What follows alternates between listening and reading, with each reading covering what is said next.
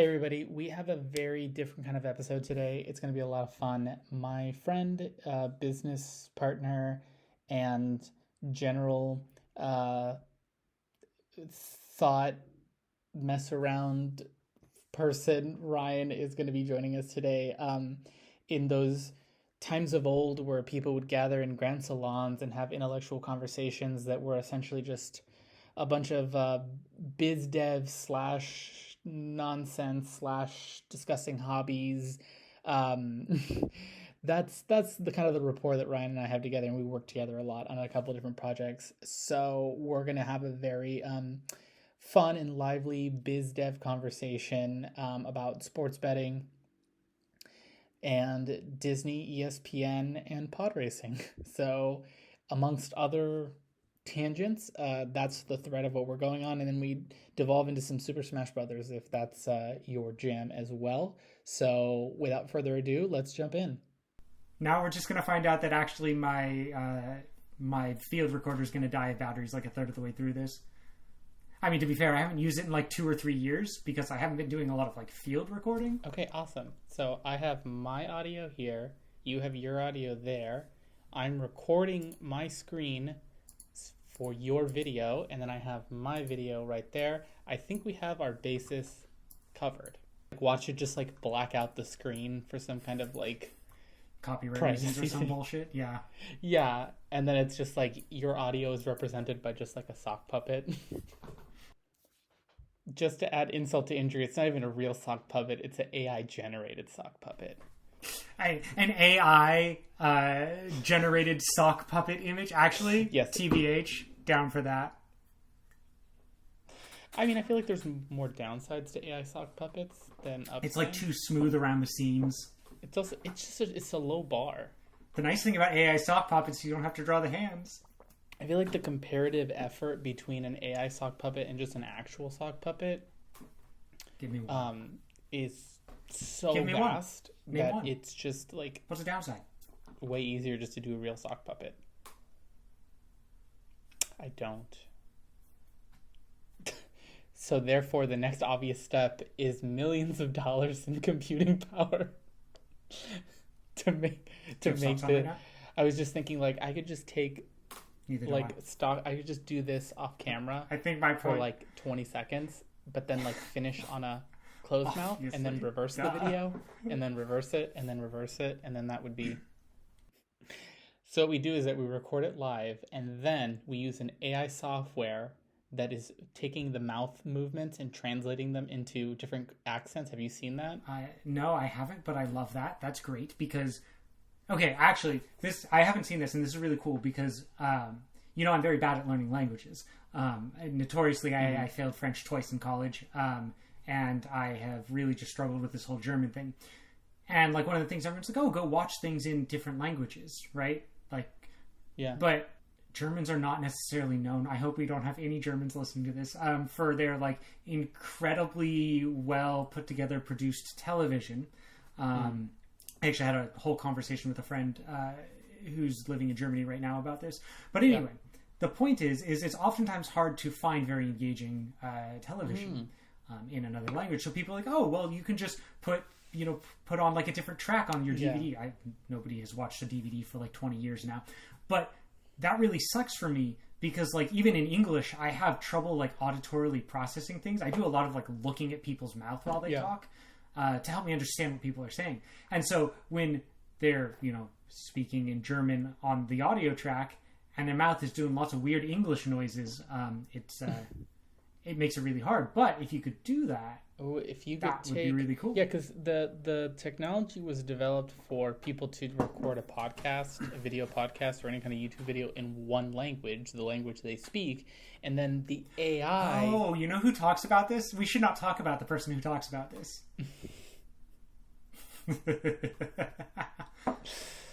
How unbranded are we? I have a startup name on the back of this water cup, which I've been very specifically holding this way. Like, oh...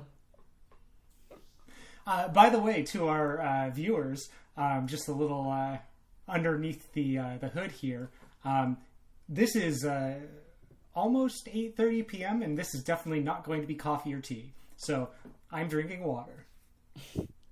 I feel like you were getting wink, wink, nudge, nudge, but then you're like, by the way, it's just water. Yeah. I thought it would be, that's how usually it would be alcohol. That's the... Yes, drinking this just vodka. You were like... It's like a full coffee mug of vodka. What's the logic jump there that you didn't go to alcohol? If you said, it's 8:30 p.m., I have a mug, it's not coffee... Oh, no, I totally follow you. Okay. Because because you don't drink booze out of a coffee mug. You drink coffee out of a coffee mug. You do if you're like a degenerate alcoholic. Accusing me of anything here? I mean, you're the one that was like... Look, I'm just saying it's cool and hip now to be like super dry in the... Is it really? The tech world now. Oh yeah, that's like starting to be a thing. Oh, I missed that as I drink my Mai Tai at 8:30. Oh, it's okay. You can hang out with the engineers. I can hang out with the money people. They still drink, right? I mean, if they're being that tame. Oh, that's hilarious. Okay, so Ryan, thank you for taking the time to come onto this podcast that a couple people will watch. I don't know if you've watched any of our podcast episodes before, but we talk about essentially the stuff that we kind of just talk about when there are no cameras. We talk about business, we talk about startup ideas, we spitball things, we go like, oh, that's interesting, that's going on. But I wanted to have you on and potentially having it be a repeating segment because where Jene talks more about marketing, you like can talk more in the weeds about like, I want to say like the actual like steps involved in biz dev where you're taking kind of like a pie in the sky concept like you would in a startup and actually put action to it. I was about to be like, because you're a resident legal expert, you can drop all... And your resident engineer and your resident whatever the fuck else I play on TV. Am I allowed to swear on this podcast? It's fine. Great. Yeah, it's funny. For those that are not familiar with the startup space, people wear a lot of hats. And whoever has the most experience in something, even if it's not a lot of experience, by default gets that job. So, Ryan did a contract once, so he's the lawyer that looks at all the contracts. Well, I mean, to be fair, like well before this in my own life, I was the one guy who like actually when they're like, please read these 5 pieces of paper and sign it at a doctor's office, and you're like, yeah, I don't have time for this shit. You just sign it. Like I actually do read all of those pieces of paper. In my other life, I was probably a serial killer. Do you open with that? Just some absolute psychopath. Well, You like, that's your fun fact when you're doing the icebreaker go around in a networking event. You're like, and I read all the terms and conditions. Honestly, I kind of want to make that one now. Did you see the terms of... So like my icebreakers, because they always want like 3, right? For whatever reason. I have an IMDb page. Okay. I feel like I saw that. Probably not. Oh no, you saw that in the fun fact. No, the thing I did for intro. Yeah. I have that. I kayak a lot, which is like a really boring fun fact until I like have to go into explaining it because like I actually do. And people are like, oh yeah, you like casually kayaking, like you like whatever, no big. Which doesn't feel like a very fun fact. Yeah. And then the other one is like really weird because I'm like, I like making big things small. And that also takes like a lot of explanation. Yeah, I don't feel like I know that one either. What's that one? Oh yeah, no. So like I like making small versions of big things. It's like not a thing I realized until recently. Like all of my ADHD, that's still very vague. Like always drive me towards this. Specific... So, I'm sorry. Get into it, Nick. It's a good thing we have separate audio going on here because then we can just edit your bullshit out and let me talk forever. And then we can edit that out because that was very rude. No. So like when I was writing a lot of music, right? Like I would take like these like huge forms and be like, how can I distill this down to a 25-second piece, right? Like it was like a very like thing that I was obsessed with when I got super, when I was into like, oh, I'm going to be into plants. I was like, I'm not going to be into regular plants. I'm going to be into bonsai, right? I've recently gotten into building model ships. I am starting to do terrarium stuff because I like want to bring nature inside for like mental health reasons and all that. But also, it's how can I make an entire the woods, but like this big. That is very so. That's a kind of cool fun fact. Really but, like cool it takes fact. a lot of explanation. Yeah. And so it's a bad fun. I get what fact. you're saying. You know what though? I feel like it's halfway to being enough of a fun fact that it does the job of like drawing people in, because it definitely leads to a follow-up question. Just two things. One, for people that don't know, Ryan has a music composition degree that obviously we use I have two music every day in our tech startup, right, Ryan? So I'm going to be honest, probably the most exciting point of my life in my post-music career was when I got to go find someone to do sound design for I worked for a company that did visual interpretation for people who are blind and low vision, which, you know, means that our clientele was largely interacting with us via sound. And we were a startup, so we didn't spend any time or thought or money on it in the way that we should have. And I spent like 3 years arguing like, hey, we need to go spend money and get an actual sound designer to like consider the entire auditory experience in the same way that you would get like, you know, a graphic designer or like a UX person. I guess a UI, not a UX person, to like do the experience that you would have with like an app that's primarily aimed at sighted people, right? Like you care about what are the colors, what are they like rounded corners on your little boxes or whatever. I don't know. That I am not UX or UI. We have a different person for UX UI. That's not my hat. I finally, after like 3 years of arguing with them, got them to pay for a sound designer, and they paid for a person in college for a degree doing audio engineering. And I was like, I appreciate this, but like I could have done this if that's what we were looking for. Yeah. You know, that reminds me, this is completely uninteresting to anybody watching, but you mentioned in an offline conversation that you had like these mini operas that you wanted to write. Oh yeah, like I mean, I think, are you talking about the series of 10? I don't know. I don't have any early Roman heroes. You just mentioned it in passing, and I asked Jene about it, and she said, "I wonder if it's about that painting that Ryan really liked." No, but now I want to do that. No, that would be a better tone poem than an opera, probably. Okay, don't tell the opera. Because people. I was like, if Ryan doesn't have like a story around the opera, I have an idea for. It was a one-act play that I was gonna do, and it was like a really dark, twisted comedy, and I thought this would lend itself to an opera. It's about a British outpost in Africa during the colonization. Yes, I am familiar with this one. Yeah, and I was like, that might work.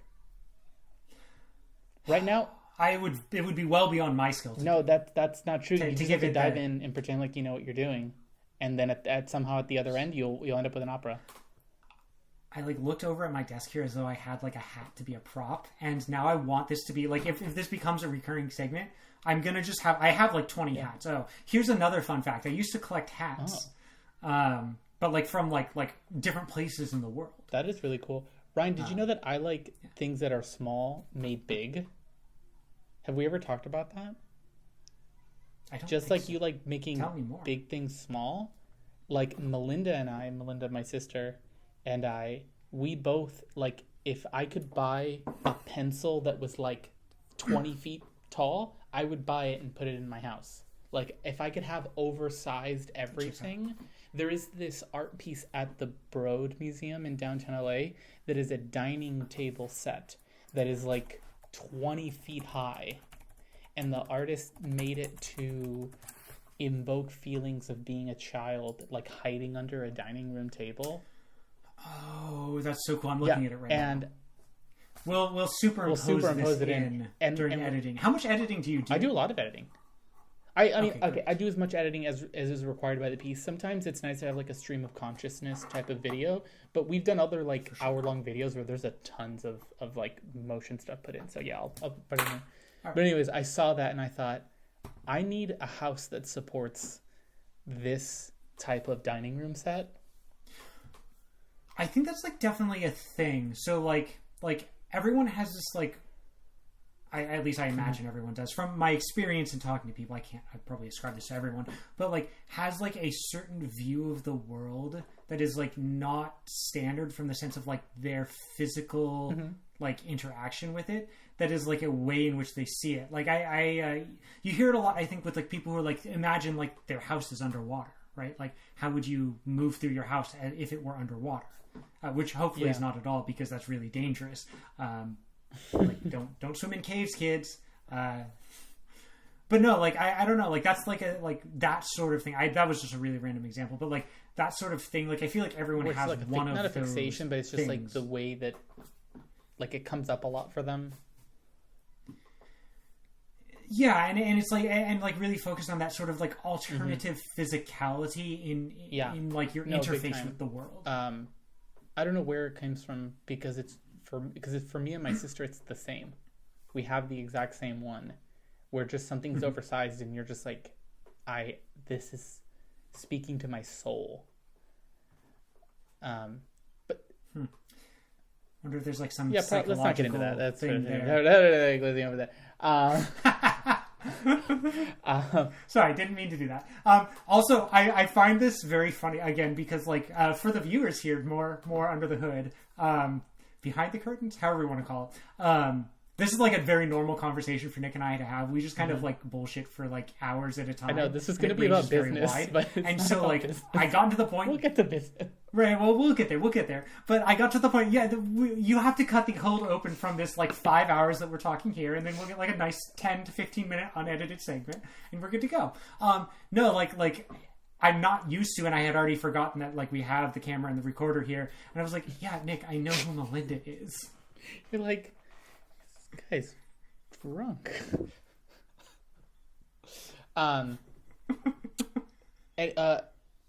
Speaking of things, liking to make things small. Have you gotten into model trains yet? Are we there yet?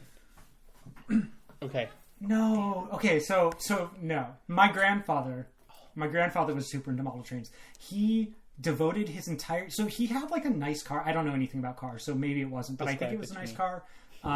Like, he cared about the car. I don't know. Dude, he died when I was like in kindergarten. Can you describe... No. Oh, that narrows it down, though. Eyes. It had flappy eyes. Okay, so that was probably like... Okay. We've narrowed it down to like a couple decades. Yep. He probably bought it in like the 80s. If it had flappy lights. Do you know if it was a European car or a Japanese car or an American car? No. No. Nick, a car is a tool to get from one place to another. This is a long time argument. Okay, no, so anyway, I don't know. He had a car that probably was nice. He put a cover on it. It was a nice enough car, he put a cover on it. Okay. Anyway, the point is he was obsessed enough with model trains that this car that was nice enough that he put a cover on it, he did not put in the garage because he filled his entire full, like, 2.5 car garage with, like, a singular model train set that had, like, mountains, and this is probably where I got this shit. This is absolutely where I got this. Like mountains and like little tiny people and trains and like it was a full they were like towns and stuff. But trains are so incredibly boring, and like people are like, oh yes, well I'm using the O the size whole gauge instead of the system X seems size, super arbitrary, but tracks were too. It just makes me tired to even think about. So no, I will never get into trains. But on the other hand, I am doing a lot of model ship building, close, which is like the other old man version. Then you're going to make model planes, big things, and then you will get to trains. Okay. I did model cars as a kid, like the little tiny ones you have to. Yeah, that makes sense. See, this is your obsession with cars, not your. I don't have an obsession with small things. That's you. I have an obsession with big things. I guess small cars, but like small conventional cars. Like roadsters. But I don't know, Ryan. We gotta, the next time you're here in LA, we need to go to this model train museum over here. No, because Ryan. No. See, you're not. Okay, you're thinking the non-fun one. You're thinking like model train, but I'm talking about like model train where like every piece of the steam locomotive like is a milled piece of metal and like it all works. Yeah, for sure. No, you do. You could actually use it if you want. Sure. I've never been more bored in my life. just talking about it. I'm not even there. The like engineering of a steam locomotive is not interesting to you? Oh, I appreciate it. It's very cool that someone did it. I'm amazed that people have brains that allow them to do that. Because I break down lots of problems. Sorry? The ingenuity of creating that momentum off of... I'm so glad that someone else can do it, and I'm very impressed, and I think they're very cool. I don't ever even want to have to think about that. Look, in the same way that I can't wait until the whole world runs on electric cars, not for any like environmental or whatever reason, which I mean that is there and I'm happy for that, but like because then people can stop trying to tell me why I do still in fact need to learn a stick shift, because then we'll be two generations past that. And then pretty soon I just don't even have to worry about like how to even fix a car, because I don't know that. By the way, my car's making funny noises. Yeah, Jene told me to talk to you about noises is it making? I don't know how to describe it. I told her it's more of a feel than a noise, but it is a noise. And she's like, Nick will know what that means. It's more of a feel than... Do you feel it like in the steering wheel or in the gas pedal or the brake pedal? When you say you feel it, is it an actual feeling, like a vibration or something? Or I feel it... No, I mean, it's... I don't know. It's not a crunch, but it's not a scrape, but it's not... I mean, it's not nearly as bad as any of these. It's what I'm like it's very indistinct. If you were to drive the car, you would be like, "Oh, yes, I understand what you mean." But it's not something that I can describe. Does it make the... Yes. Okay. Does it not make always the noise when the car is on, but you're not moving? Okay. I don't know. That would make a difference, because if it makes it... I think it's more when I'm accelerating. Does it make it when the car's in park? It feels like, but I could be wrong. I don't think so. But again, I don't know. I'm not sure. I won't tell you how many miles have gone since the last time I faked my car. Hey Nick, we're going to talk about business, right? That's what we're here for. Okay, well, I guess maybe send me a video if you can of that car noise, or it wouldn't register. It wouldn't even register. Literally, I feel it. Okay. Darn. Well, I mean, with everything like that where you diagnose, it could be nothing. And it could mean that your car's about to blow up. You know, it's about a 50-50. Look, if you have to go out in flames. Don't. Kids, don't go out in flames. Okay, so yes, business. Amongst other things that we talk nonsense about, one of them is business. We do talk a lot about nonsense. And I have a business. Obviously, this is a new kind of concept. It's a new video. We're going to be fluid with it based on what the feedback is. But for now, Ryan has such strong opinions about so many things. And I'm going to... I would like to pitch a business concept, and I would like to talk through it with Ryan on how to execute on it. But more importantly, I would like to see Ryan's frustration as he grapples with a really, really good idea that would make money against the concept. I like things here. I will say that, like, I like things that are making money to be doing so in a way that furthers the actual sense of togetherness and goodness, and that sounds super hippy dippy. Like, basically, if you're going to make money with something, you should be making the world a better place with it. I don't know that sounds less hippy dippy, but we can go with that. Like, it should materially improve people's lives that are not you and or the people that... Why did it do that? Was that you? I had a little, it bubbled up with a thumbs up. It was like a graphic. No. We're not live streaming this, are we? Oh, okay. I don't know what that was. I feel like that's what's that called? That's like a... you might not like this word. It's like a real industrialist. Like any new... like an old-timey... Like you're bringing some nothing... No. Do not whitewash this. No, right.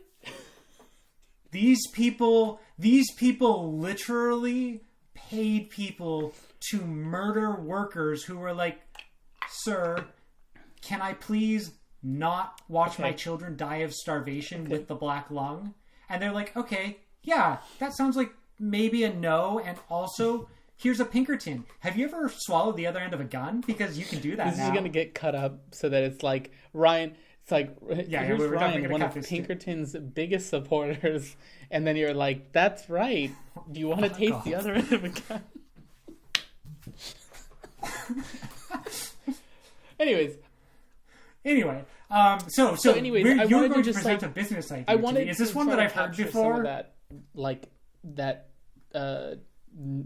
nonsensing is, I guess, the better way to say it. Back and forth that we usually do off camera, with something that I think. That is called a thought experiment. You're right. Thought experiment, not nonsense. It's a thought experiment. I had this idea. I put it on my TikTok, and I think I texted you about it. But I was like, oh, wait a second. This is a great idea. This is a great idea. So, Ryan, as we all know, you love gambling. No, I'm joking. Ryan does not gamble, but most I know where this is going. Most people in the world, if you want to average it out, gamble to some degree. Yeah. Life is gambling. Some people are good, and some Ryan, people we're are not having that conversation right now. Gambling in the most traditional sense of taking the dice and rolling them, not metaphorically, but literally. For D&D, right?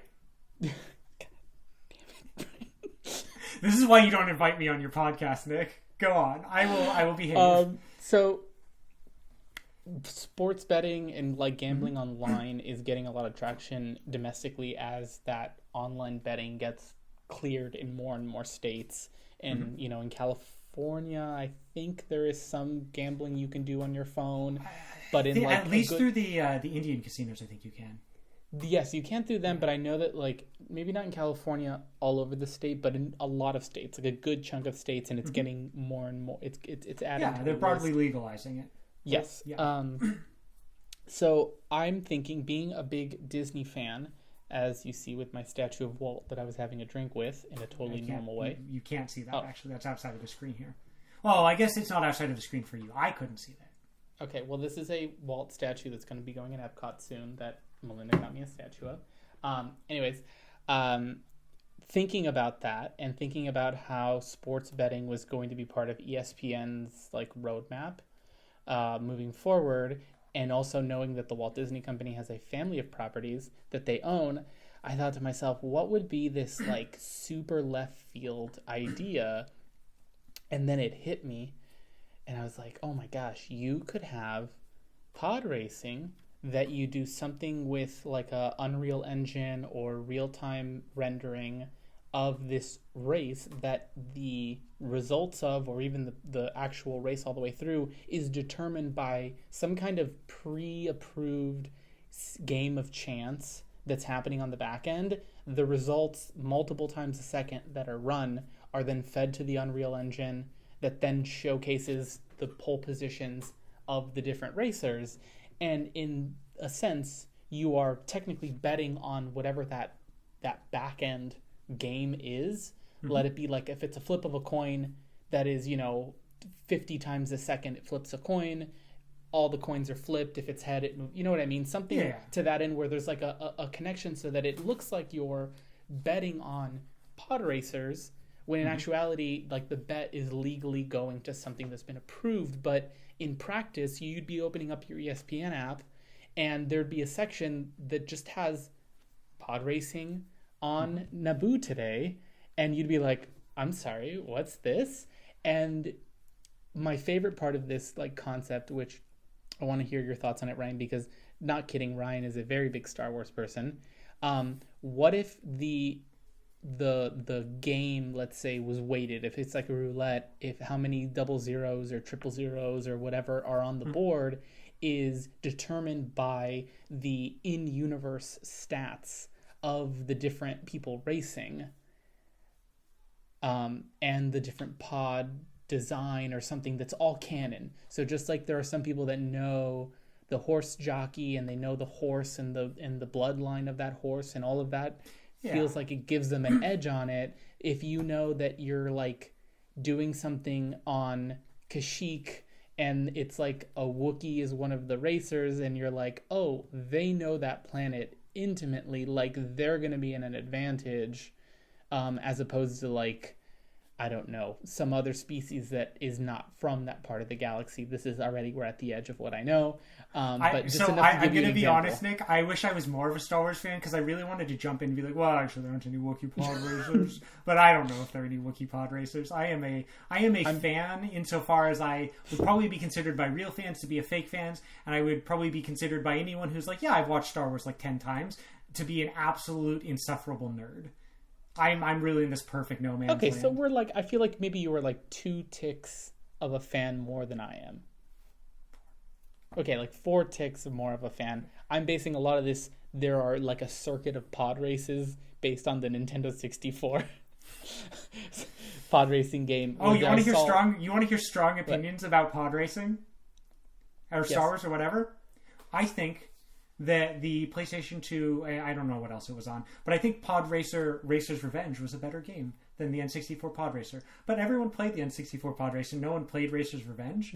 So you say that and people get very, very angry at you. Ryan, I didn't even know there was a PS2 version. Look, so Nick, the cool thing about the PS2 game, and you'll like this because you're into like racing and whatever, right?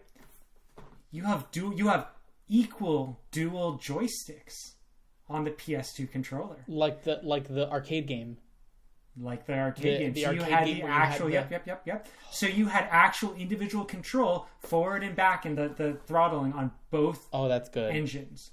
It was much harder to play that way. Like you didn't really play that way. I didn't because I'm bad at games. I played with the X button to go.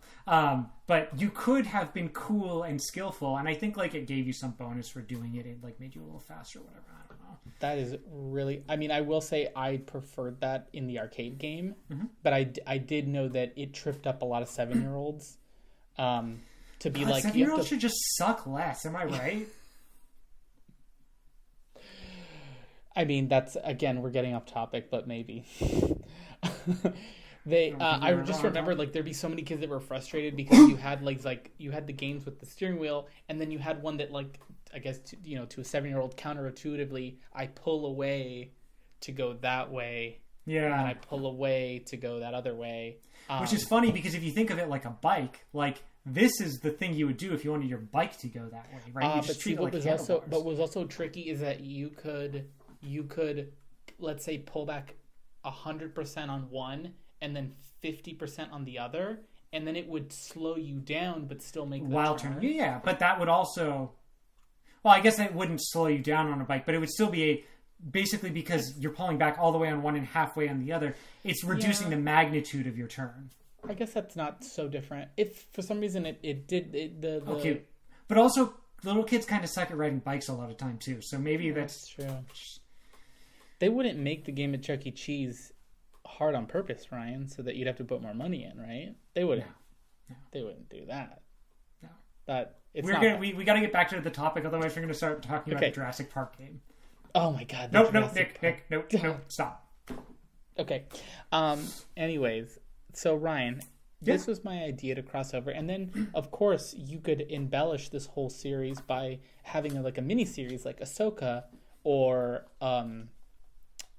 Andor, that is basically like some version of those like featurettes that you get on a racing channel that like follow the players. Nick, we've talked a little bit about the first idea, the gambling on pod racing thing, which I think is a like really terrible idea, meaning no offense to you. And we'll get into that. Know I think this. I want to hear it. But I think what you just talked about now, 100% is an opportunity here. Like I think that this idea of like, so racing became like very not cool and popular, whatever, right? Like you think about like our grandparents were into like, like the Indy 500 or whatever things happen, right? But like, sure, I don't know what that is, but we'll say yes. But like racing, don't give me those. Sorry, that face. Racing is like becoming a thing again, like in the popular, like right, like you think about like even in the top like 20 or 30 Reddit RL, right? You're seeing whatever Formula Dank or whatever, right? Like you're seeing posts about racing. You're seeing a lot of racing video games that like never really didn't make money, but I feel like this is a unique like American perspective though, because racing is still really big. Like I know in like the UK. Okay, sure. I will say I am coming at this. I will probably come at most of everything from a very American perspective. Yeah, no, but I'm just saying, like.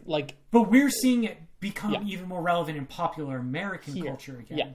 Yeah. And so, like, I absolutely think if you wanted to do a mini series on like racing, I have said this about Star Wars forever, is like they are absolutely like fucking up, and that they have such a brilliant opportunity on their hand to treat Star Wars as a world instead of a genre, and they have not done that. Star Wars has changed a little bit insofar as like Andor and Rogue One were like war movies, right? Like Rogue One had the feel of a Bridge on the River Kwai, like a really old war movie, right? Like Ahsoka has elements of like this like.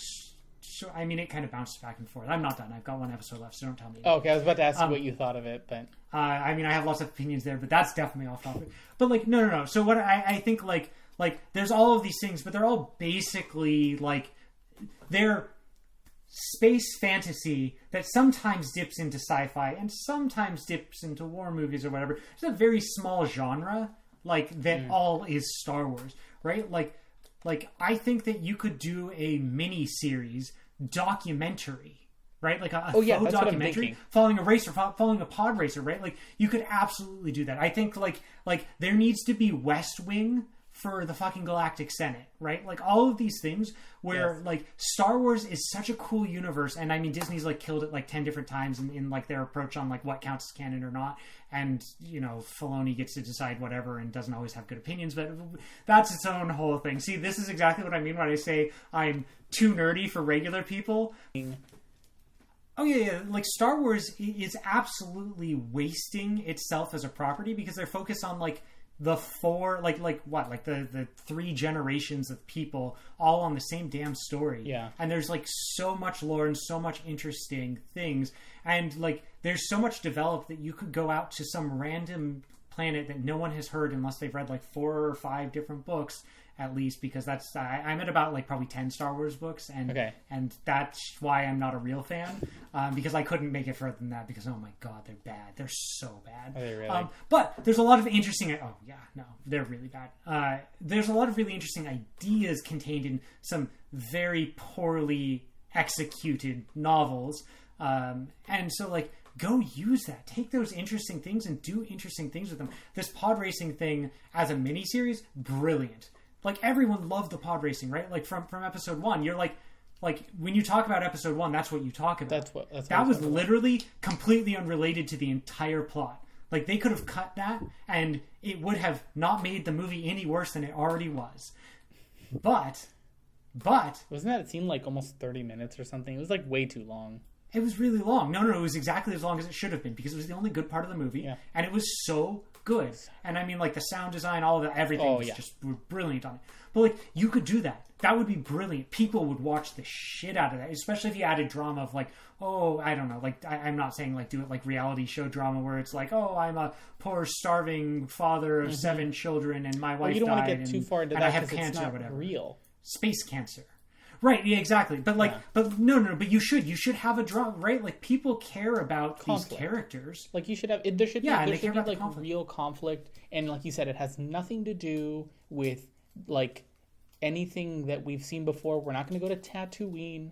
We're not going to go to Jakku. I mean, you probably have to. That Tatooine is a pretty big one in the circuit, but no, it got blown up. In this miniseries, it got blown up, and you never go back. Oh, okay. But like, thank God. Can we please tell this to everyone who has to write the movies and go to Tatooine every 10.5 minutes? They're like, this is a super outer rim galaxy. Most of the story is going to be taking place here. Can't wait for Star Wars Episode 15. We just walk around the desert in Tatooine. They just get a really long rope on Coruscant and they just pull Tatooine to become part of. Anyways. Right, hear me out, guys. Space elevator to Tatooine.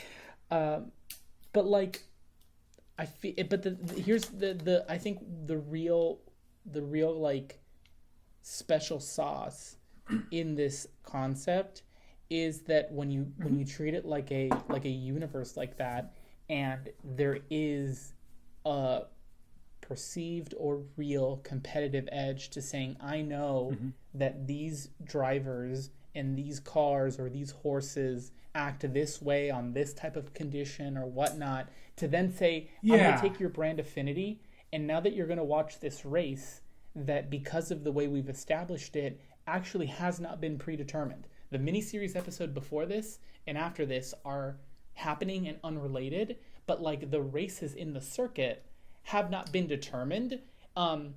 Like maybe not at first. So I want to come. Yeah. Okay, no, go ahead. But like maybe not at first, but like you'd be like, wait, there'd be that FOMO piece where you're like, oh my gosh, this is like, I'm in universe, in that scene on Tatooine. I would have been able to bet on this race. A lot of people bet on this race.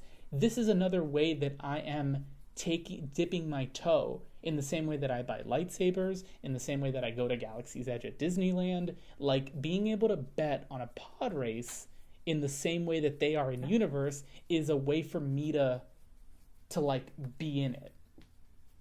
Sure. And I think there's like kind of three different ways I want to come at this. Okay. One is the legal perspective, two is the technical perspective, and three is the like I don't want to say business perspective, but the like, are there people to actually do this? Okay, right? Yeah. Like are you going to find that product market fit? Sure. And I think the product market fit is a kind of a thing on the side we can talk about after. It's probably the most important thing, but I think that the other two are very closely related. Is the technical side and the like regulatory side are kind of at opposing odds, right? So like you have this idea that this concept that you're talking about, which is like that we would have approved gambling machines, right? Like in the end, when you go and you pull a slot, like there is a certain number of there's a certain percentage that this is going to go off. Yeah. Right? It's like a 1 in 10 million, or I don't know what it is because I don't gamble, but it's like a 1 in something, right? And like that is regulatorily regulated. There are regulations on that, right? Like there are state commissions that go into these establishments and confirm that you're paying out at the rate that you are expected to pay out on these, right? And all of this sort of thing. And so they require these very like set conditions, right? Like these conditions that have to be very rigidly contained. Sure. And so like to do what you're describing to its fullest, which I think is interesting, right? Like I like the idea of it, and maybe that's probably because I am the product market fit. But like, God damn it, Nick! If this becomes a thing and I end up gambling, I'm going to be so mad at you. But no, I think that there's like this idea that to make it interesting to bring all of those things in, you lose a lot of that control that I think would allow it to be easily regulatable. There's a word for this, and I should know it, but it's just not in my brain. So, okay. Yeah, okay, go ahead. I mean, let me tell you where my part of what spurred the regulatory side of this was, I don't know if you saw that football game that Disney and ESPN like co-streamed. Did you see that by any chance? Okay, I did not. Let me tell you. Let me just give you the. Oh, was there a delay? No. So basically, what they did is that to try to get people that were not watching football to watch football, they put in the shoulder pads of all the players for this specific game a little tracker, right? And what they did is that they had a little football field in virtual reality and in some kind of like rendered engine that looked like it was in Andy's room from Toy Story. Oh my God, that's so fun! So you could watch that real game, but online in Andy's room being played at scale, and all of the plays were in real time because they were connected to the trackers. So like, I think this is cool. That's to me, that was like I could theoretically be betting on one thing, but it's actually just a proxy for this other thing I'm betting on. So I think the difference here, and this is where like to get that very regulated thing, now you have to work backwards into the technology, right? Of like, okay, well now we're displaying these things happening, and you're having to, because it's controlled by chance, you're essentially breaking rules of like a game, right? So like the control by chance over here might say, okay, well, we roll this very unlikely thing that indicates that the person in 8th place suddenly takes first, right? When it's just numbers, that doesn't matter. It's very easy to deal with. Yeah. But now when you have to, as some sort of game, have something in 8th place suddenly become first, to do that, it's going to have to go faster than any of the other ones can go, right? And so suddenly that breaks like the immersion, because you're like, well, that is, it's like when you get like rubber banding in Mario Kart, right? And it's just like, well, you were like way back there. It doesn't make any sense that you're suddenly here. And or at a speed that they'd be going, they'd have to turn tighter than they can. All these things, right? And so like that adds a lot of problems. What you could do in its place is go the other direction, right? Which is like, I mean, just think. I don't know what emulating the PS2 is like. I know it used to be hard. I'm sure it's much, much easier now. But like, you could like literally take Racer's Revenge, and you could like build up AIs, right? Do like reinforcement learning of each one of these, and like have different, different reward mechanisms for the different players, right? Like Mars. Oh my god, I can't believe I can't remember his name. I'm going to be so sad. His name is Anakin Skywalker. This is really important. No. Oh no, I'm not thinking of Mars Glow. Which is who I was thinking of. This is very important. Sebulba? No, not Sebulba. Dud Bolt. Oh, okay. Dud Bolt. Right, is portrayed in the game, and his AI, insofar as it was, and whatever 2001, 2002, I don't remember, was such that like that particular character, not only like the stats were such that like he could bump into you and he had stronger armor and did more damage, but like he would actively act more aggressively, right? And so you could do this by like, for example, for the Dud Bolt AI, by providing a higher reward for taking someone out of the race, versus someone like Anakin, who would have basically zero reward for that sort of thing, right? And so you could do this sort of thing and like create these characters, right? Like these AI characters, basically, by building these reward systems and then run them all through at the same time. Now, that would be very easy, because then they would all be following the rules, because you're literally simulating them, right? You're running them through a game. But that would have to get regulated. That's not regulated. That would be, yeah, exactly. And so like you have these two different things that both kind of come in, and there's like this gap between. What if you just... Oh, sorry, go ahead. What if you just took the same football approach? What if you just did some kind of licensing partnership with a Formula One team where the pod races lined up with... Sure, that's great. Absolutely, with the Formula 1 races, and... Yeah, then you're just betting on Formula One. Nick, that would work great. That might actually... I'm super down with that. But that's a different thing, right? That's not faking races and using that to gamble on. That's just, it's skinning. It's literally, to take games, it is reskinning a race. It's reskinning a race, but it would probably be like an early proof of concept while you worked on the regulatory, because you'd probably have to find a way to submit that, package it, submit it, and then get that turned into a new class of... Sure. You know what, though, Ryan? Hang on. And I don't know anything about this. This is where I take off my legal hat, because I have no idea how... You leave that hat on, right? You leave that hat on. I'm going to ask you a legal question. Okay. Oh, God. This might be very niche. Okay, do you know in Las Vegas casinos, and I know this because there's this one game always right by the elevators at the Bellagio whenever we stay there. It is like a miniature horse racing track with little like metal horses, or little like plastic injection molded horses, and then seats all the way around, like glass dome, and then basically people bet on them as if they were horses, and then they'll go around on a little track, like on a little stick like this, and they go all the way around, and then they jockey for position and things like that, and then if you bet on the one that wins, you get paid out. That is in a casino already. Whatever that system is building that's much simpler. So my imagination, and how, like, if you were like, Ryan, build this for me right now, what I would do is I would provide like a maximum and a minimum speed. Yeah. Right? I would provide a maximum acceleration and deceleration, and then you'd literally just be rolling a random number generator, right? You know, like but one, whatever like literally just think of a dice 1 to 6. But that is every AI. you know, every tick it goes plus or minus. Right, but it's much simpler than you trying to talk about like adding all these other factors and features in. That potentially... And it's very easy to regulate. Very easy to regulate because how simple the actual code behind that would be. Could you right? Like could you that's just, like would it be easier 20 lines of code theoretically to start with that and then nudge it to where it needs to be instead of starting up as a new type of gambling concept? Nope, leave that hat on, Ryan, and answer the question. No, Nick, I don't know. I don't know. Ask ChatGPT. I will ask ChatGPT.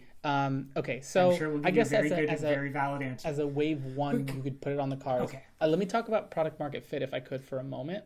No, I want to talk about product market fit because I think you're wrong. Go ahead. No, you start and then I'll come. Because I think I come from a unique perspective here that you're not going to come from, but I want to hear yours first. Okay, so part of the reason why I was thinking about this in a, you know, again, a traditionally, you'd say like, hey, the type of people that in a double bubble map are, you know, fans of Star Wars and are fans of gambling is going to be relatively small. That was almost on purpose because you like gambling online or gambling on pre-approved things to gamble on is already a very crowded market filled with similar types of people that are being marketed to. So you're building a new pie. You are building a new pie. Yeah, and I'm actually going to push back. I don't think that fans of Star Wars and fans of gambling are probably a small overlap, right? Like fans of gambling takes a whole lot of different. Okay, then I guess right. Like I don't. I guess you now fans of sports gambling and fans of Star Wars. That's okay. Yeah. Probably small. I would say it's more that the overlap piece. You're competing with all the other large casino players on the sports betting. It's more so the piece outside of that those people considered non-customers. Yeah. They don't bet on sports. We are like, it's a long journey to convert them. All of a sudden, it's like, do you like this other thing? Can we hold your hand into sports betting? Because like I said, if you would never, I know, Ryan, you would never like be like, oh, a Formula One race is on. Let me put $5 on it. But if you were like, oh, I saw the first 3 episodes of this miniseries, I'm super into it. Oh, there's a race. I'm going to use the only other planet I know. There's a race on Kashyyyk today. I'm just proud that I know how to say it because when I first saw it spelled out, I was like, I'm not pronouncing that correctly. I'm never going to pronounce it correctly. So I committed it to memory. But if they were like, hey, there's a race on Kashyyyk today. I love that. Sorry, go ahead. And you'd be like, oh, there is? And then you'd be like, and then you see like people in the stands. There's conversations within that miniseries about people throwing money on stuff, and you're like, I'm a Star Wars person. Like I wanna be in the universe. You might throw a couple dollars on it. Nick, I would watch a full Formula One race, however long that is. I don't know, so I'm committing to a lot here. In twice racing. Before I paid $5. No. I would watch an actual Formula One race with real people and real cars twice before I would put $5 on a pod race simulation. Are you sure about that, Ryan? 100%. Okay. Yeah, I absolutely would. Okay, so here's the thing, Nick. I'm going to push against the product market fit here because what you're describing is crossing a boundary from sports gambling into something that I think is much more akin to this, which is esports gambling. Can you gamble on esports? Oh, you absolutely can. Yeah, and so, of course you can. Why couldn't you? I don't know, because it's not that it couldn't be regulated, but I would imagine that field is so new that it's not regulated. Well, you can throw a game in football as easily as you can throw a game in Smash. This is a bad example because it's a one versus a team. Tennis, right? You can gamble on tennis. You can gamble on Smash. You can gamble on League of Legends. That would be closer to... because that's a team, right? League of Legends is a team game. So like that would be like a gambling on a football game, right? And so like the idea here is that like gambling in the esports world exists, right?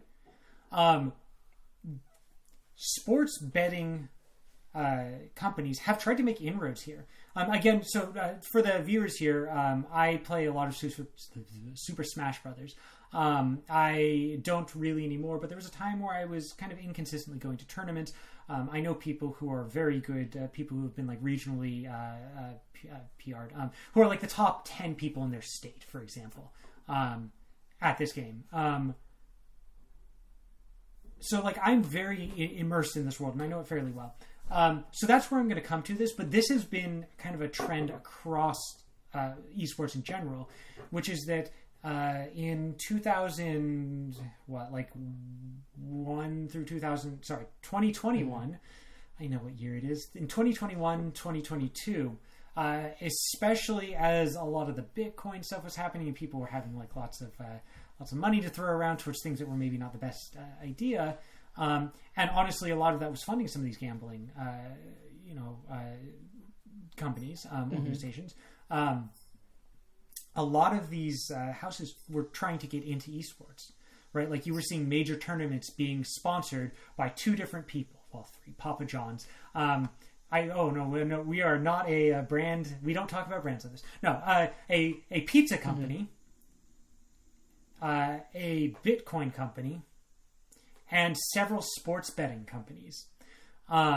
And these sports betting companies really came in and like they were like, you get, X number of free bets or X dollars of free bets if you do that. And then they were like actually having bets on these tournaments. And like, I want to be clear here, like, this is not that people who are playing esports or watching esports do not bet. Smash, it has had a side betting scene since the days that it was played on a CRT in like a basement, like in like, a suburb with like 20 sweaty, let's be honest, dudes with like neck beards and become more mainstream to bet on these, what are considered, matches essentially.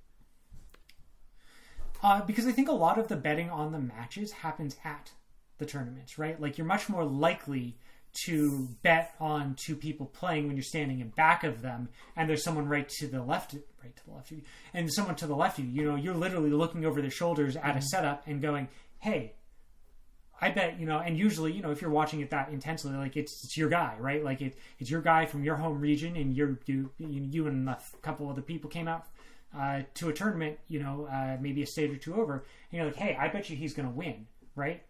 And it's so easy. There's no friction because you have $5 in your hand right there, right? You have the physical cash. You make a statement, right? It's a statement made oftentimes in like the heat of the moment, and it's done, right? And now if you have to like sit down and like go open up your app and click through, like even that, there's just so much friction, and there's friction conceptually because people at home aren't really doing that betting. I guess there's like Twitch points. I don't really know how that works, but like people do that. But people do that because it doesn't cost them actual money. Yeah, but do you think that in the normal, we'll say traditional sports betting, football, baseball, things of that nature, that I know that ESPN and Disney larger trying to get into sports betting and getting it on the application is all an effort to minimize friction to the point where it's that same experience where you're not going to sports bet app outside of the live stream. You have the live stream and then bloop, would you like to, throw up a couple dollars on it just to try to get a proxy of that energy. And I agree with you, and I think like that would make things better. There's not like a centralized app that most of this is on. I guess Twitch, but Amazon's not going to start sports betting on Twitch. I don't know, maybe they would. And that's not quite like the place where we're going. I really want, like, we kind of started talking about this and I never kind of got to my conclusion, which is that basically esports community, no, that's fine. Esports communities have largely rejected this, right? Like, especially the very grassroots ones. And I want to be clear here, like, I don't know the really, really big ones. I don't know League, right? I don't know that scene very well. But a lot of these grassroots communities, which is really where you get the most engaged people, where you'd have the easiest time if you wanted to make inroads, have really rejected this and pushed it away and see it as almost like this, like, it's like they see it as like grossly capitalistic, right? like they don't like it and they push against it, and so that's, you've seen all of these companies basically pull out. They went hard for a year and a half, 2 years, and basically found no product market fit and pulled out. And I think that if you're however you end up doing it, right? Like let's concede the point that somehow this gets accepted regulatorily and makes actually good and interesting races, right? Like somehow you're making this engaging and reasonable and believable. The group of people from like sports betting who are going to watch something like that and then say, yeah, I'll bet on it, is much, much smaller than the people who are doing things like esports, right? Betting on things that aren't actually doing things that are not physically happening, right? Those are your people if you're trying to pull, an audience, if you're trying to find your market fit. And those people have said in the last 2 years, I don't want this. I am actively rejecting it. And it was a very active rejection too. Like it was talked about in the community by fans, but also community leaders, right? And you saw this across. I'm going to keep on coming back to like sort of fighting games, because that's where I have the most understanding of the community. But that, from people who bridged into other gaming and esports communities, like that seemed pretty much what it was looking like. And you're not seeing the investment in these, and esports in general, honestly, as a market, is dying right now. Like there's France supports their own teams, like they are considering it like a cultural thing, and France is very good about supporting French culture, but like you're seeing all these companies, all these huge organizations. Esports seems to have been around for years, are folding or being bought by bigger ones, and not in a consolidating way. There's no money it's a close knit community, and so they're willing to lose money to keep a couple people supported. Wow. Yeah, it's esports is not the thing right now, and I think what you're talking about is too close to esports. If you had told me this in 2020, I'd say yeah, fucking go for it. But I don't think this is it anymore. And that's why I did, because I had that thought as well, where I thought, it just like you could say, I'm going to put a tracker in F1 cars, and then this is a proxy race, or we have AI with all these weighted values, run it for the first time and get that approved. There's no reason that you couldn't say, well, it's people watch people play video games online all the time. Maybe this is not computers running it. It's actual people just playing a pod racing game that have been selected to represent that player. And then you're at esports. But that's why I didn't even bring it up initially, because I thought, oh, wait, I saw something, a couple months ago, or maybe a year ago at this point, talking about how esports is basically dead, all the money's out of it, and unfortunately, as good or bad or engaging or what have you of the actual games and the people in the community, it's a lot like the NFL without sponsors. It's nothing. It doesn't exist. Like it doesn't just, you know what I mean? Like those big arenas and those big things, that's all was paid by people that were looking to monetize this as a new category. Well, and honestly, most of the big like any of the esports that are still big and like going well, League of Legends, I'm going to keep on coming back to, is like the kind of like, sort of Goliath in the room here.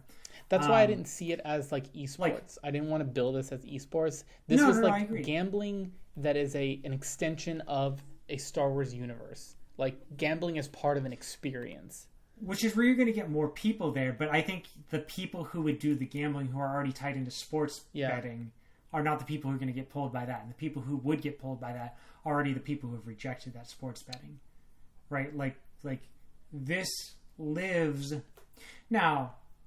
If I can actually bring it back to, like a lot of these big esports communities that are going very well and do have a lot of money invested in them, are mostly invested by the people who make the game, right? League of Legends, Riot, I think, is their owner. I should definitely know this before talking so confidently about it. But like they sponsor most of these tournaments. When you see when you see like a Blizzard, right? I guess Blizzard, Activision, or whatever they're going to be by the time this podcast comes out, because who knows? When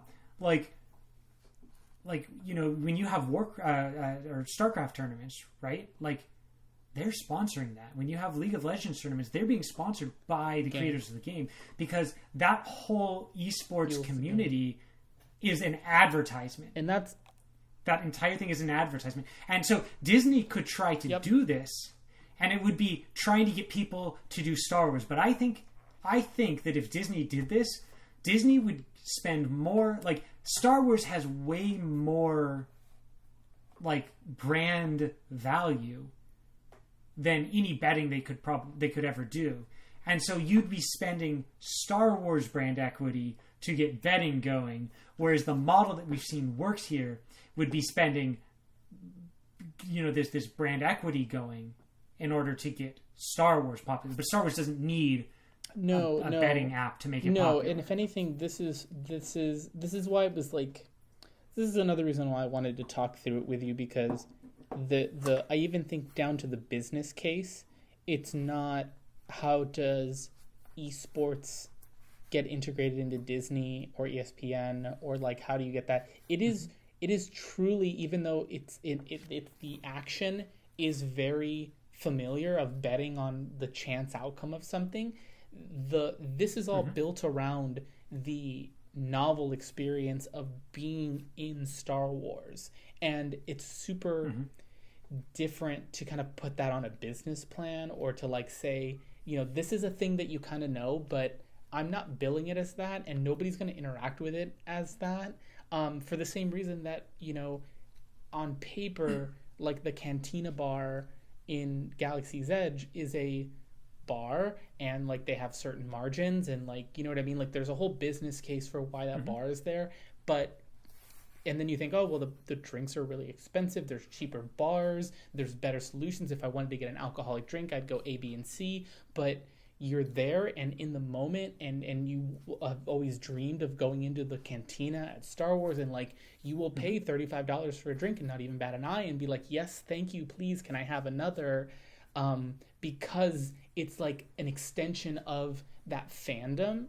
And to me, this is just like more untapped synergy that, you could, it is gambling, but nobody will really just kind of treat it as such that is a Star Wars fan.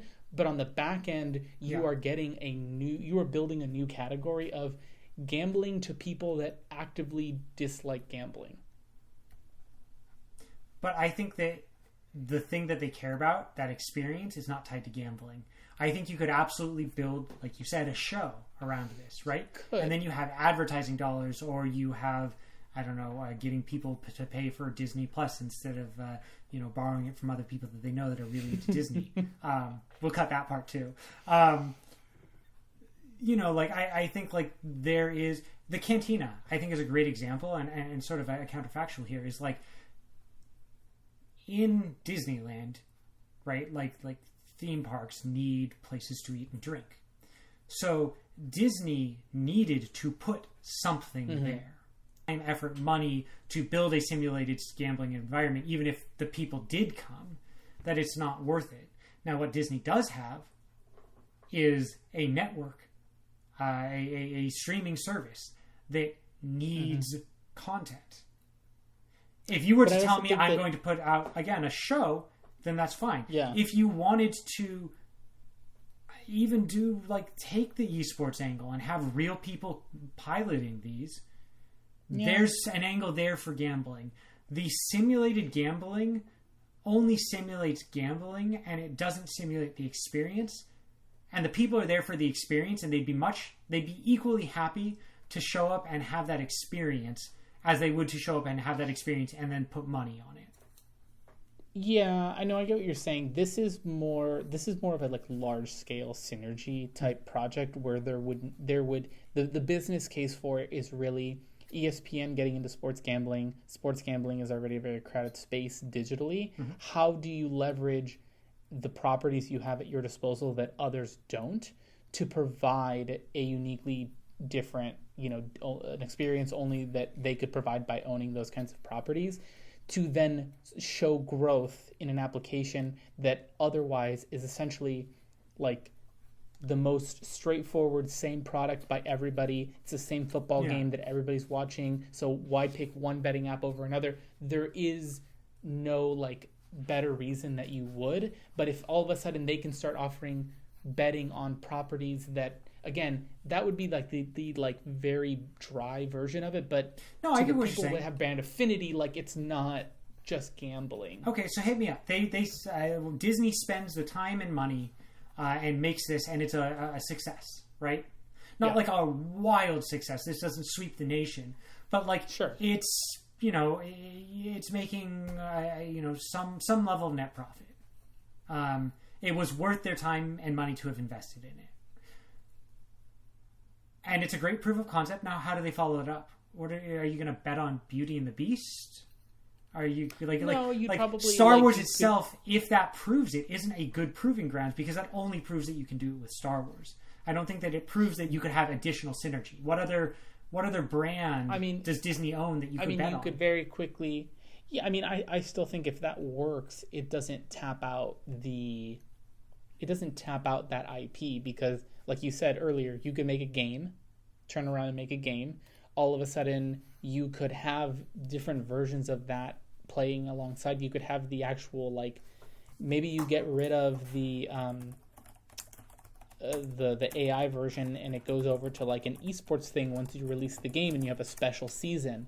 Or maybe you do like licensing deals with other Formula One teams that want more exposure and you do like one-off races, special seasons that are not AI but they're actual Formula One cars, and like you start growing that space. You also can prove the concept that Star Wars can live as a universe and not a genre, and maybe you start proving it out in different ways. You don't do betting on Beauty and the Beast, but Star Wars now has a Food Network. Star Wars now has a direct TV where you go channel by channel. But see, this is a different thing than you were proposing. It's different, but you said what is the like growth opportunity outside of this idea? And after our conversation, it's kind of spurred me in a different direction because you're right. Like, let's say it works, you're gonna have to say, well, what's next? Go get the old. Is Balto a Disney property? I don't know. Yes, it is. There you go. We're gonna do some sled racing. So I actually think again that this is where it becomes a better idea. Is where you move into how do we make the property have more value, not how do we make sports betting have more value with the property.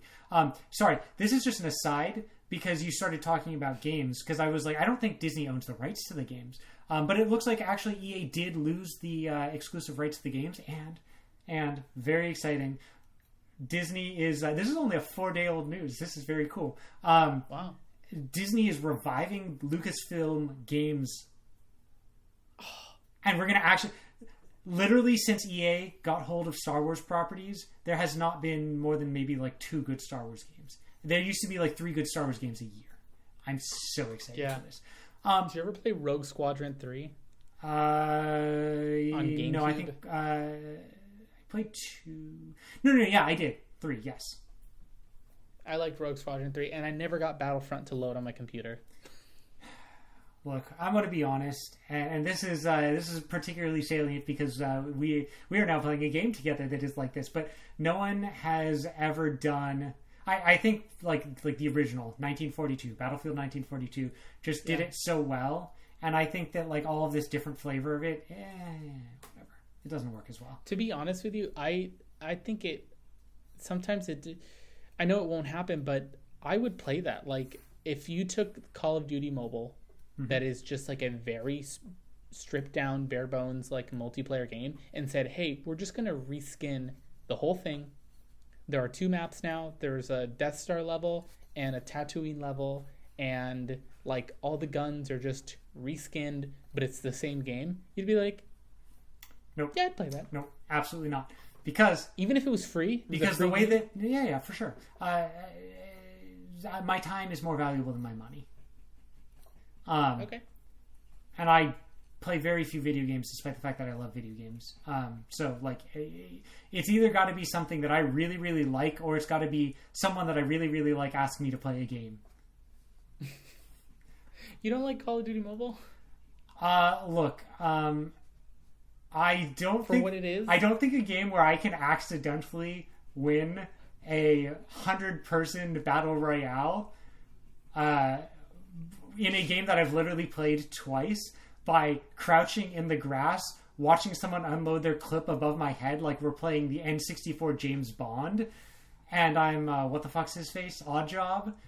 And they just like forgot that they have a Z-axis, and then standing up and headshotting them. Like, if I can do that in a game, this game is not maybe as robust as it could be. You're really making me feel bad about the time I have into this game. Oh, okay. Well, yeah, you can feel bad about that. Don't feel bad about asking me to play it. I had a lot of fun playing it with you, and I will play more of it with you when I have a little more time. Okay. But no, like I think like. Something like that, and that's actually the thing that the gamers really, really get very frustrated by. Is it's like, oh, we'll just skin something as different because, like, again, when you talk about the way that you're like simulating an environment, guns in Star Wars do not shoot the same as guns in that, right? Like the way that you physically move around, the way that you interact with your physical environment in a Star Wars universe is different. And I'm not just talking like gravity and shit. Like the hallways are different. You think about different things, right? Like the architecture itself defines the way that you interact. Go play some of the old Jedi Academy, right? Like there is each one of those is in a different place, but there is such a strong through line on the like architectural design and like concepting in that.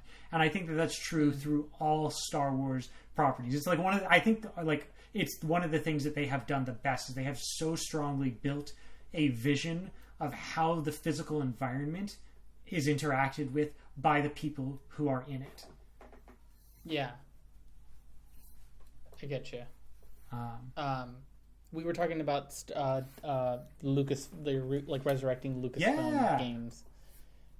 So that could be another avenue for growth. I honestly think that growth in different divisions spurred by properties that they own is this like it's like the honestly like the synergy dream, you know, the thing that you would think would be almost top of mind when you own such a variety of properties. Like how long did we have to wait? I know you probably don't care as much, but it took us forever to get a Muppets Haunted Mansion, even though there's a Muppets Haunted Mansion.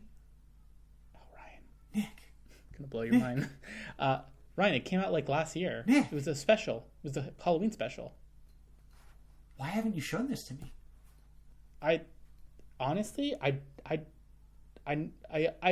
would go on a limb saying you like the Muppets, but I didn't think you liked Haunted Mansion. I mean, I don't, but I like the idea of the two of them together sounds just interesting, and that I can't conceive of how it would work, and so now I want to know.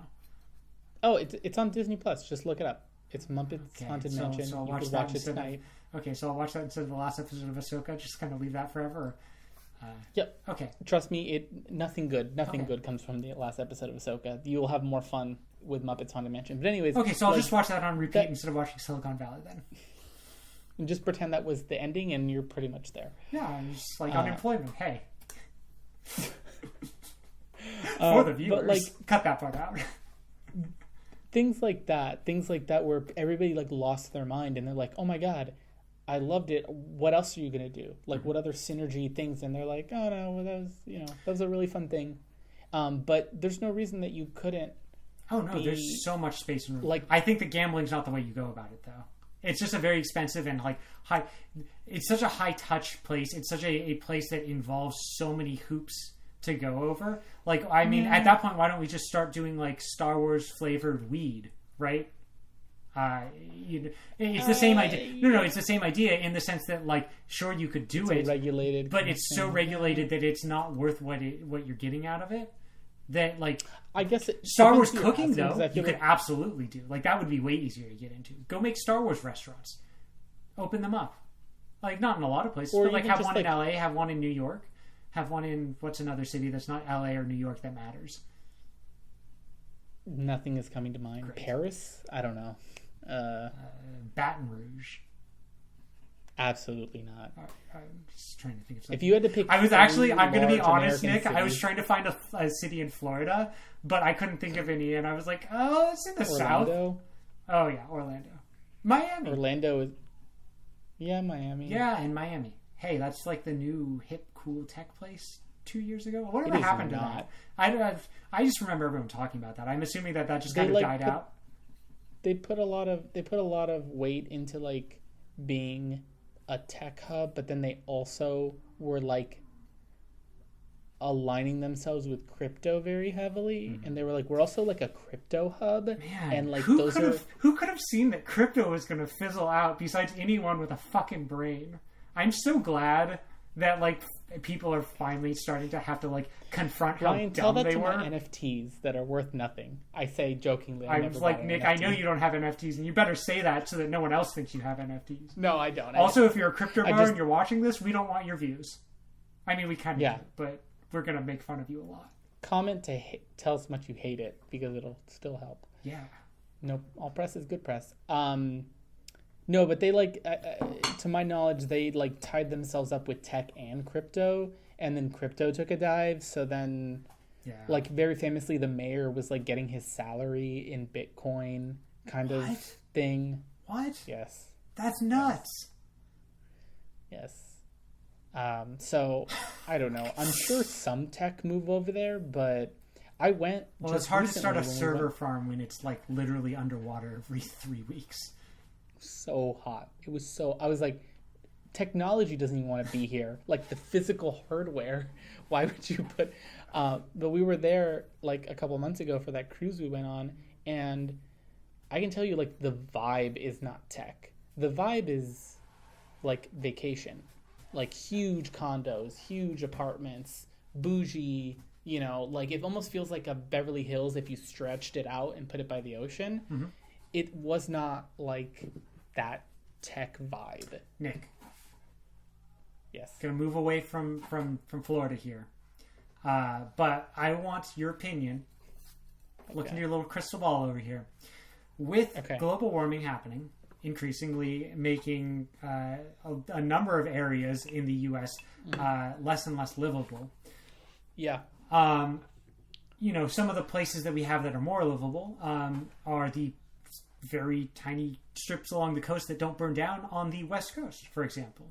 We don't typically, I mean, we almost got a hurricane this year, but we don't typically get anything like that. We're going to have less of them than, the East Coast will, right? Like, there's a number of cities kind of dotted up and down. I think Seattle, LA, San Francisco, San Diego, those are like the big ones up and down, right? That are actually like up on the coast, and will be somewhat insulated from that. What do you see happening with those, given this sort of potential migration? How do you think that's going to affect the tech landscape? Like in the short term, or are you talking about like? Are you talking about like?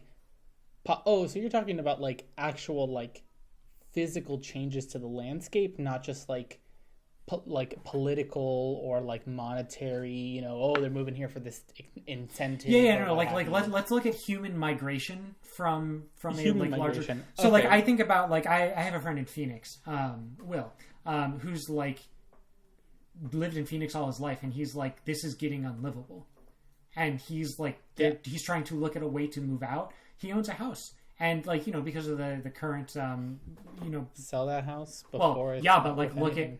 And that's he's like kind of stuck between that and looking at the looking at mortgages and interest rates right now. So like selling that house, which has a very I don't remember when they bought it, but much lower mortgage rate than interest rate than you get now, right?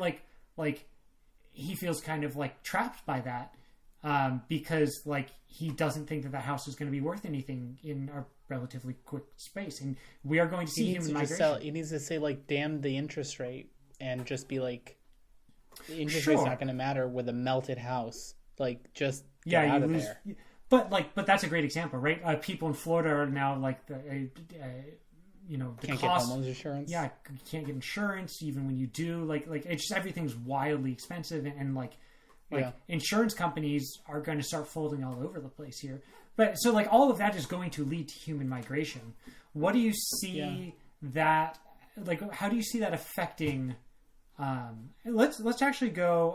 We're going to put aside Seattle for now, and because neither of us live in Washington, and we both live in Southern California, so I think San Diego and LA are the two like places we really know. But let's throw San Francisco in there. What do you see the effect of that like large scale human migration that's going to happen in the next 20 to 50 years, we'll say, on the tech industry?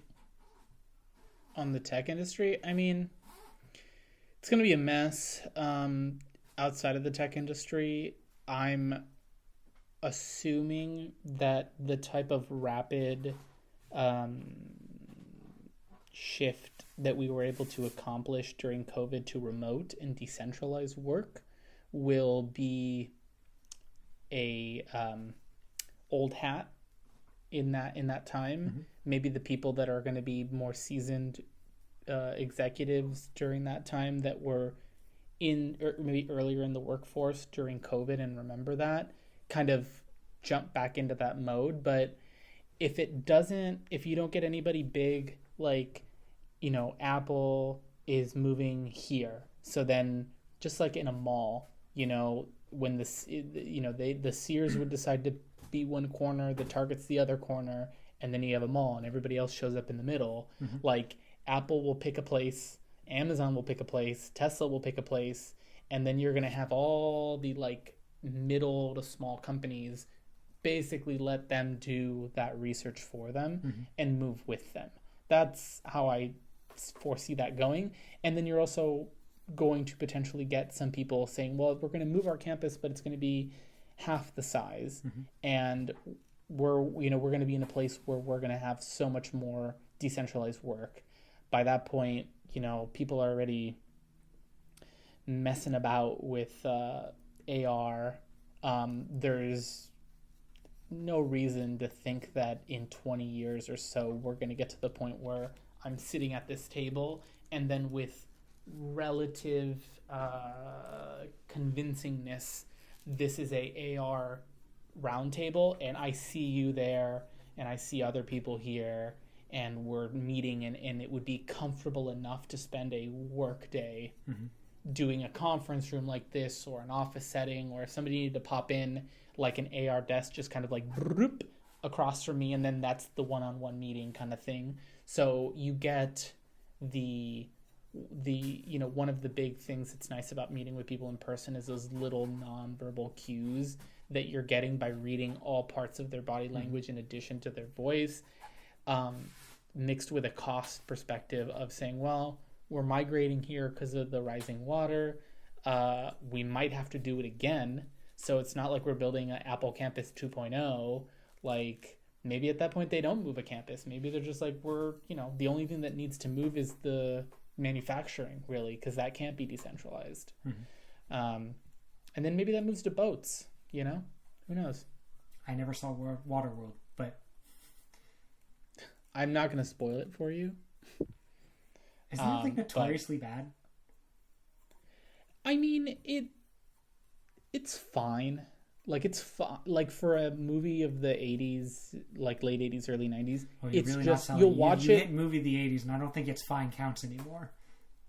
Like for the time that it was, you're like, oh, this was fine.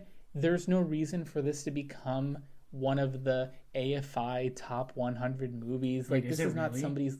No, it's not. No, it's not. But it's just I'm more getting to the point that it is still the like headliner stunt show at Universal Studios Hollywood for I don't know what, no reason. Like they have to spend so much time at the beginning of that show telling you the rules of the world of that movie, because at this point it is not in popular culture. It's like if you walked into Harry Potter world and somebody had to be like, okay, there are wizards and the things they're holding are wands and then the cloaks are from a school and and they had to like tell you why everything mattered very quickly.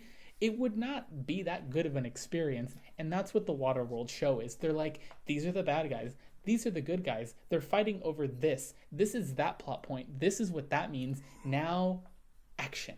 Like, That's wild. It is, and to boot, most people there that are tourists do not speak English. So, like, it's even more confusing. Oh, man, that's something. You should watch it if you have not watched it. I'll good kind of bad. Watch it instead of Silicon Valley. No. Like, the next time you're here and we go to, like, Universal Studios to, like, watch it in person. Okay. Watch the stunt show. Sure. It's a good kind of bad. All right. There's a reason they sell tall boys of alcohol everywhere in the park. So because that's how you get through it. That's how everything becomes way more interesting. You're like, oh man, you knock back about 3 pints of Corona, and you're like, this place is kind of okay. And with that resounding. Oh no! Really quick, I needed to ask you, Ryan. Yes. What is the best Super Smash Brothers character? There's not an answer to that. That's not going to get me. No, Ryan, you said you were in it. What's the best one? Look, Nick, if we want to do this, I can just start shitting on Elon. Like there's lots of other ways we can get people mad at us. Okay, sorry. What's your favorite Super Smash Brothers character? Marth. Someday we'll get a game where he's good again. Which character is that? So you know how there's like 40 characters who have swords? Martha's one of the characters with swords. He's very Link? Fuck off. No. So Martha's really, you asked, so now you have to endure this. Martha's really cool because he's a super a high risk reward with a very high skill ceiling because this tin whistle we will actually this is perfect. This tin whistle we will imagine is a sword. I am hitting you with a sword, right? Now for Marth, this part of his sword does very little damage and very little knockback. So when you hit someone with it, it's like hitting them with a pool noodle. But this part right here, if you hit them with it, it sends them really far and does a lot of damage. And so you're absolutely cutting this from the podcast. I'm just forcing you to endure this because you asked. And now I'm going to make you suffer. And so you have to play a very precise spacing game where if they get hit by any part of this doesn't count. This hitbox doesn't count. The tipper hitbox doesn't count. So you have to be almost not hitting them, but also hitting them. It's very cool, very exciting, and he's shit in this game, and it makes me so sad because he is like elegant, and his play style is very elegant to watch when he's played well in a game. How funny would it be? If how you funny didn't would cut it be this? if Nintendo came out and said, you know what, guys, Super Smash has just been the placebo effect. There's no stats.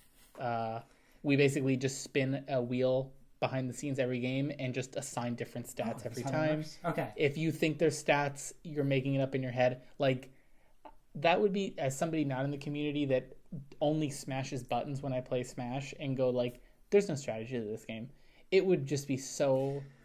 Nick, it would it would feel so good. I honestly wish that you'd be willing to sit down and learn Smash, because I would love to teach you how to play Smash really well. Because I would really like to see the way that your brain interprets this game. I'll play Smash with you. I'll play Smash. Right, but you won't play Smash to the, like... You will not play Smash enough for me to be like, okay, Nick, here is, like, the depths of this game. You don't know. Nick, both of us are too old for you to start that right now. Smash is like being a fucking Jedi. Like, you're past the age of 8, you can't start. Like, you might be able to swing a lightsaber around, but you're sure as fuck not a Jedi. Ryan, this is a game for children, right? No, Nick, this is a very serious game that is mostly dominated by people between the age of, like, 16 and 20. Which, to be fair, it's a video game, so it should be, probably.